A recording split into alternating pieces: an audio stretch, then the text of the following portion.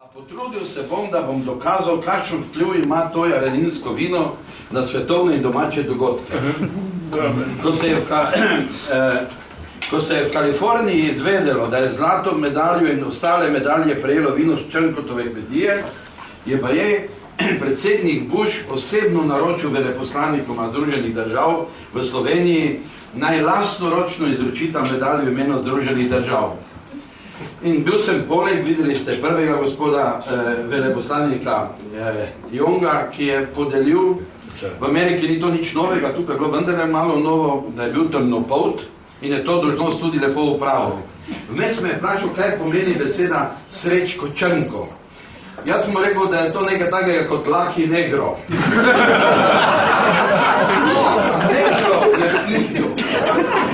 Povedal črncem v Ameriki, da naj pijejo to vino, ker ga prideluje neki negro. In se prodaja takoj povečana. Gospod Robertson pa je bil, kar seveda po svoje, ni treba teh reči v znak dajati, ampak je bil belopolten ambasador. Najrajši je imel ravno Črnkotova bela vina in je rekel, da bo priporočal vsem belcem v Ameriki, čeprav kot rečeno noveden se ga ni zanimal rasizm, da naj pijejo belo vino. Tako so zdaj že oboji pili, eni zaradi Črnkota, drugi pa zaradi belega vina. Takrat je pa Silvo rekel, veš kaj, tam je veliko tudi rumenopolti, pošljimo rumeni muškati. Rumeni muškati. To tak prodajni uspeh Črnkotovih vin v Ameriki. Nekateri celo trdijo, ampak to so že res bolj podatki CIA, da je predsednik Bush, ko se ni mogel odločiti, a bi napadel Irak ali ne, rekel, dajte mi flašo Črnkotovega vina in se je potem odločil. Več let je bil v New Yorku Združenih narodih predstavnik Slovenije, gospod Danilo Türk. Ob sobotah je to na svetu gospoda Gasparija, vidim, da ne more brez Gasparija, se odpeljal v trgovino, ker so prodajali tudi Črnkotove buteljke. In je večkrat vzel kak karton prtlažnik in ga odpeljal domov. Potem so ga v New Yorku pili tudi njegovi kolegi iz OZN, razen Kofija Anana. In ko se je gospod Turk vrnil v Slovenijo, je pogrešal New York, predvsem zaradi teh Črnkotovih vin, in hotel zvedeti, kje je to, res je malo manj pogrešal gospoda Anana.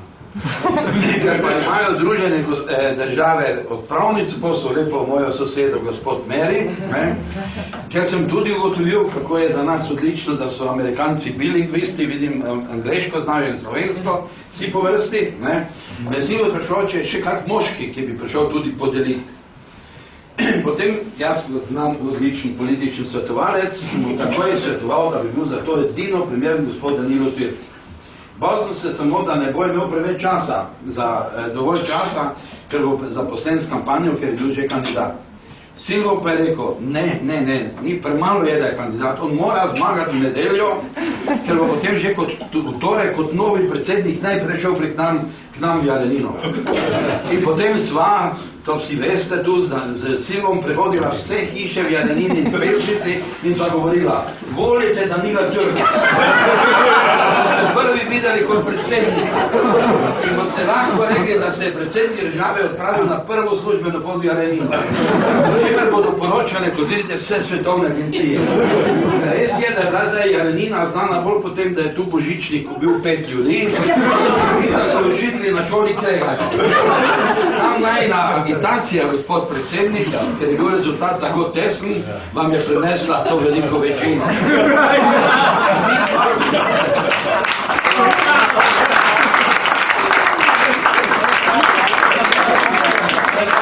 Bi rada, da na to ne pozabite, da povabite na dvor.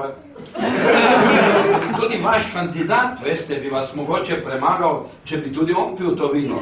Ne pa samo medice pri štantih, nažegnanih in na protestih. Mislim, da sta se iz te kampanje za prihodnost naučila tudi kaj naša dva draga župana iz Pesnice. Edino, kar Silvo obžaluje, je rekel, da pa je ne drži, kar vam je so očitali v koncu kampanje, da ste bolj delali za Jugoslavijo kot za Slovenijo. Ker če bi bilo to res, bi ga zdaj pili tudi v Jugoslaviji.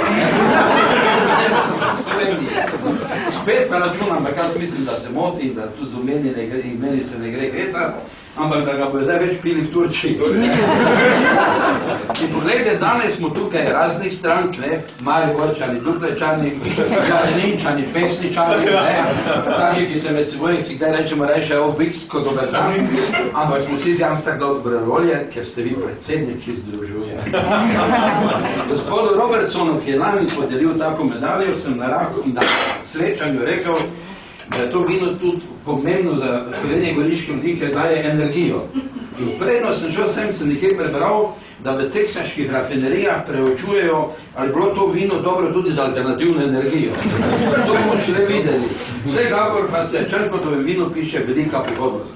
Ker pa sem že omenil Ameriko, vas prosim, da ne posnemate nekdanjih ameriških navad in me ne linčate, ker sem tu med vami kot zdravljen alkoholik.